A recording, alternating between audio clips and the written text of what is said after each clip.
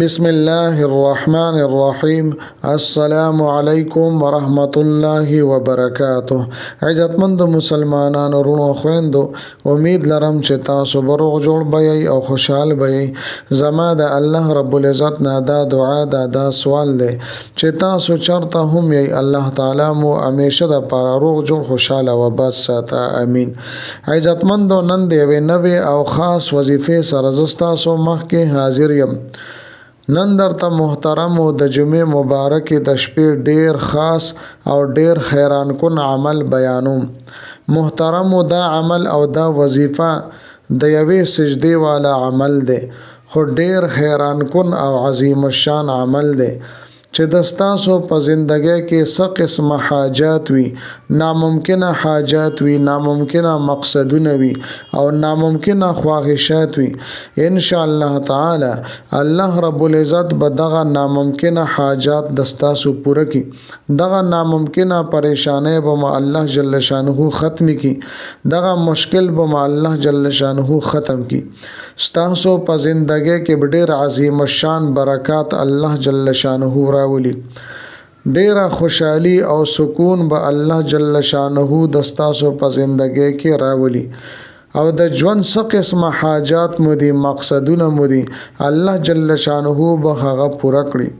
زما عزتمندو، د ویډیو وظیفې شروع کېدو نه مخکې تاسو ټولو ناظرینو سامعینو په خدمت کې دا درخواست دی چې تاسو اسې هم ویډیو ګورئ. په اول ځل باندې مو زما د چینل وزټ کړی وي او تر اوسه پورې مو دا چینل سبسکرایب کړی نه، نو برای مهرباني دا چینل سبسکرایب کړئ. سبسکرایب سره خوا کې د ټلې والا نشان دی، دا تاسو کلیک کړئ او سلیکټ آل کړئ د دې لپاره چې د هر راتلونکي ویډیو نوټیفیکیشن تاسو ته ملایويږي. زما محترمو، کچره تاسو دا عمل او دا وظیفه کول غواړئ نو ویډیو اخیره پورې وګورئ.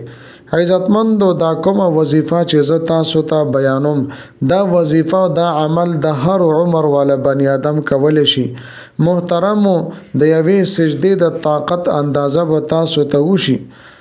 تاسو به واقعا اوریدلی وي چې الله رب العزت شیطان ته دغه رنګ ټولو ملائکو ته حکم وکړو چې اسجدوا لآدم، چې آدم علیه السلام طرف ته سجده وکړي یا آدم علیه السلام له سجده وکړي. نو فسجدوا، ټولو فرشتو سجده وکړه الا ابلیس، مگر ابلیس سجده ونه کړله. ابا واستكبر وکان من الکافرین. نو زما محترمو، شیطان د یوې سجدې نه انکار وکړو، سجده ونه کړله.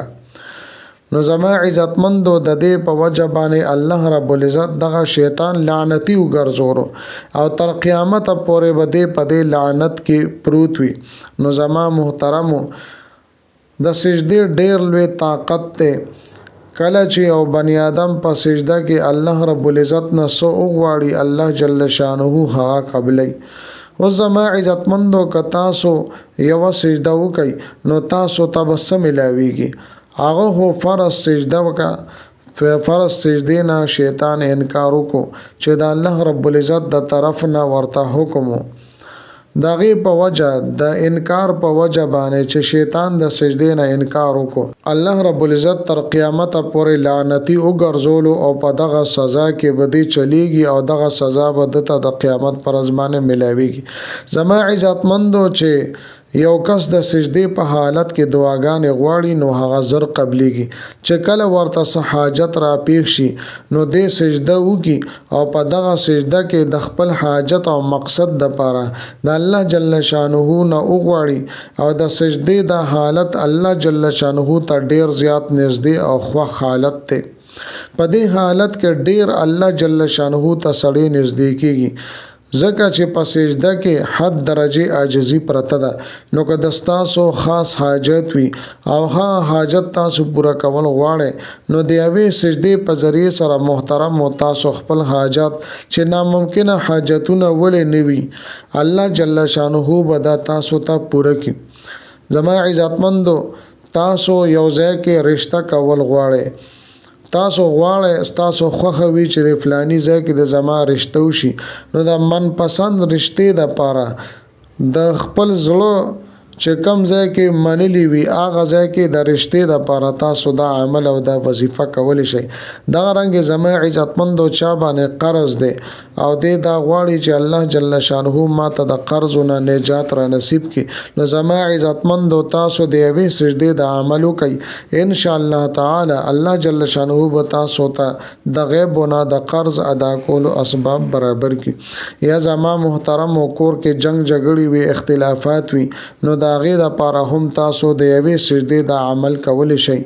یا زما عزتمندو جایداد وي پلاټ وي هغه خرڅیږي نه یا تاسو اخلی خو اغشتی نشي، یا زما عزتمندو تاسو دا وایي چې مونږ ته په دې کې ګټه ډیره ملو شي، یا د جایداد په باره کې څه تنازع وي جګړه وي نو هغې دپاره هم تاسو دا عمل او دا وظیفه کولی شئ.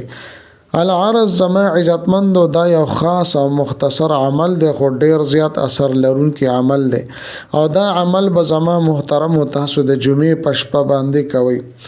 اوس که چېرې تاسو د جمعې په شپه باندې دا عمل ونه کړی شو، بیمار و یا مسکار پیښ شو، نو په بله شپه باندې هم تاسو دا عمل کولی شئ.